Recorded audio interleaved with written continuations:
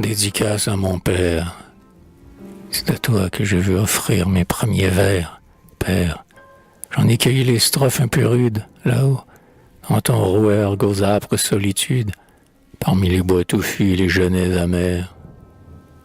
Tu ne les liras point, je le sais, ô mon père, car tu ne sais pas lire, hélas. Et toi qui fis tant d'efforts pour donner des maîtres à ton fils, on ne te mit jamais à l'école primaire.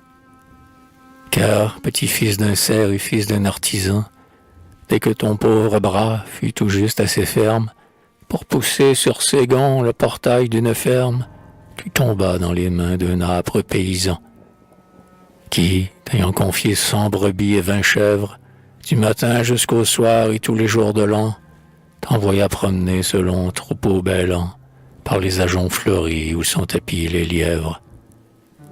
Car ta plume, ce fut un grand fouet dont ta main cinglait les boucs barbus et les chèvres espiègles, qui tondaient lestement les orges et les seigles, où les béliers jaloux se heurtant en chemin.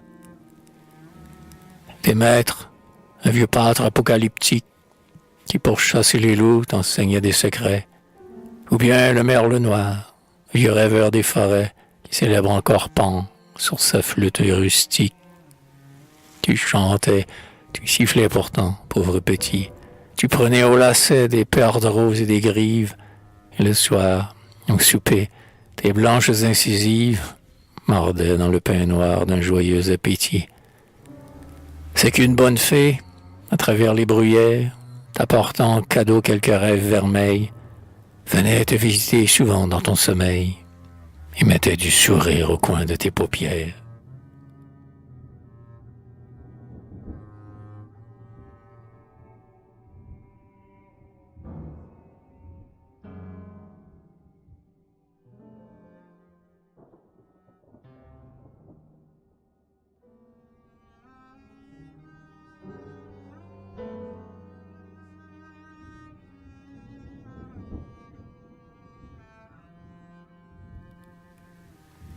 À 16 ans, tu montas au grade de garçon, de ferme, et conduisis un superbe attelage.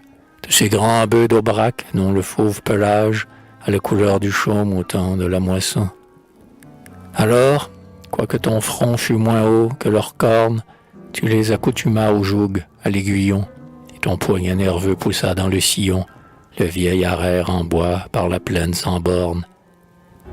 Et pourtant tes regards cherchaient avec regret tes moutons, mais tenant aux mains d'un autre pâtre. Et tout là-bas, au bout de la lande bleuâtre, sombre sur fond d'azur, la paisible forêt. Car le bois t'attirait déjà comme il m'enchante, non point pour y rêver au murmure du vent, ni pour entendre, ainsi que je le fais souvent, la source qui sanglote et la grive qui chante, mais pour y travailler comme un dur pionnier, pour y couper les troncs, pour y tailler des planches, pour y faire voler sous ta hache les branches qui passent de l'azur au four du charbonnier.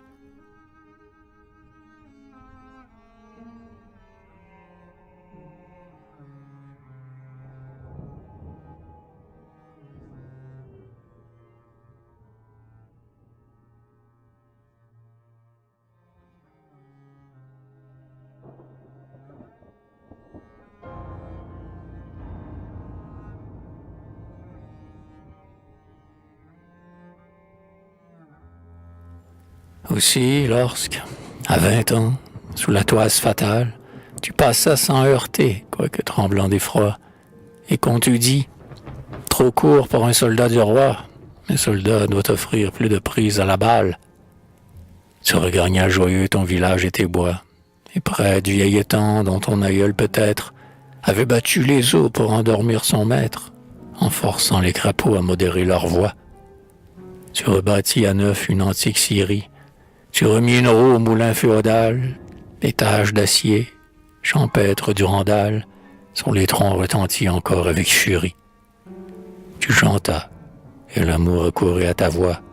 Une fille des champs, aussi douce que sage, descendit au vallon, et, contre tout usage, la louette des blés mal le pic des bois.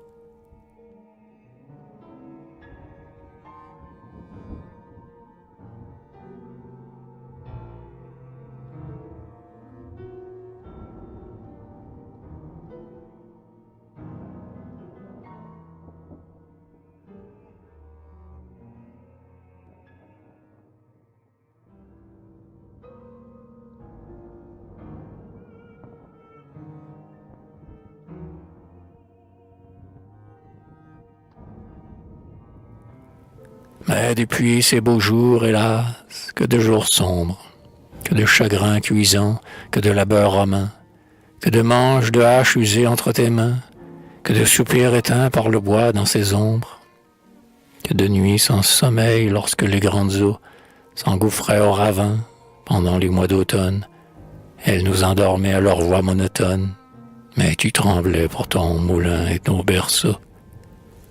Que de chocs meurtriers, que d'horribles blessures dans cette lutte avec la matière, où souvent le bois se révoltait contre un être vivant et rendait à ton corps morsure pour morsure. Un vieux chêne noueux et dur comme le fer repoussait tout à coup, en grinçant, ta cognée, qui dans ton pied faisait une large saignée et mêlait au copeau des morceaux de ta chair. La scie aux dents d'acier, la meule aux dents de pierre, déchirait tour à tour ton corps endolori, sans jamais à ta lèvre arracher un seul cri, sans jamais d'une larme amollir ta paupière. Oui, 20 fois je t'ai vu, stoïque travailleur, de quelques grands combats corps à corps contre un arbre, revenir, le front pâle et froid comme le marbre, vaincu, saignant, mais fier et narguant la douleur. Un jour même, chacun pleurait près de ta couche, et nous, tes chers petits, t'appelions, anxieux. Tu nous fis tout à coup quelques contes joyeux, et le rire soudain revint sur chaque bouche.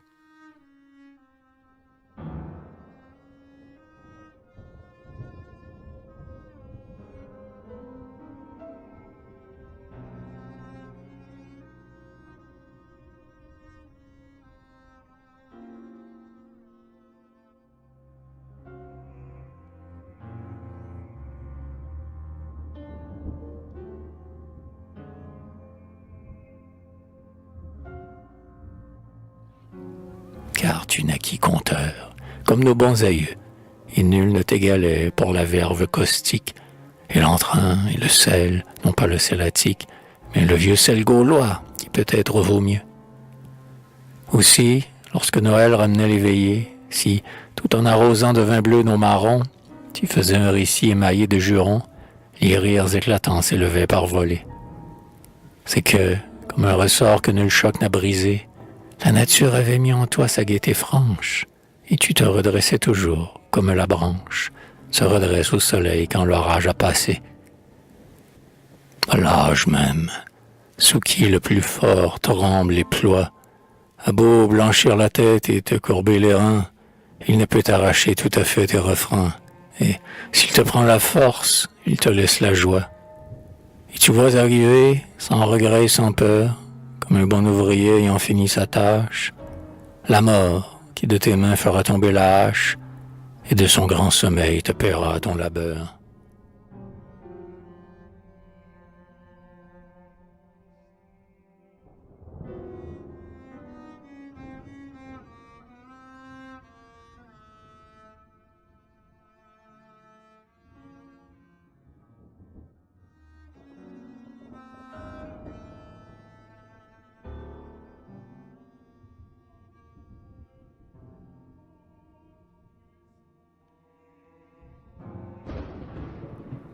Eh bien, avant le jour, lointain encore, j'espère, où, jetant la cognée et te croisant les bras, les yeux clos à jamais, tu te reposeras, sous l'herbe haute et drue où repose ton père.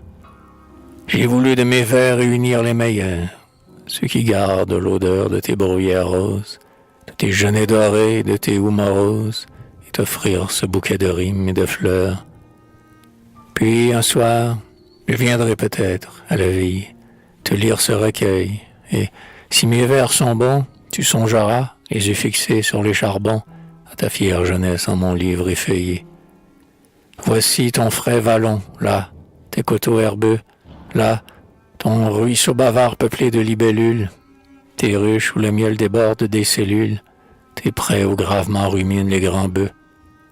La basse-cour avec ses coqs aux rouges crêtes, et son doux chien de garde au soleil endormi, puis, tout au loin, le bois profond, ton vieil ami, Roupérac, toi dont seul sais les chansons secrètes.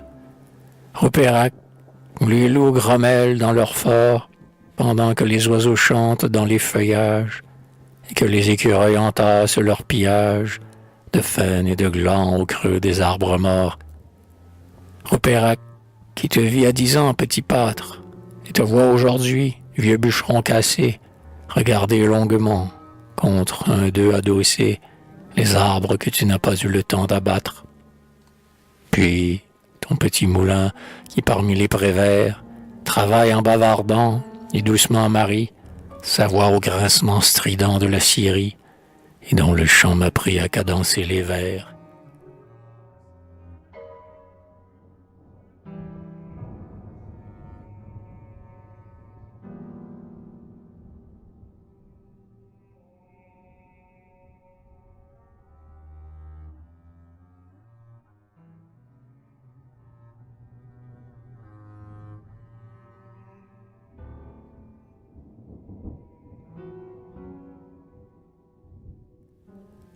Et si je vois alors cette larme captive, que jamais la douleur n'a pu faire couler, au bord de tes cils gris apparaître, trembler, glisser entre tes doigts et s'y perdre furtive, je dirais que mes vers sont clairs, simples et francs, que ma muse au besoin sait être familière, puisque, pareil à la servante de Molière, toi qui n'étudias jamais, tu me comprends.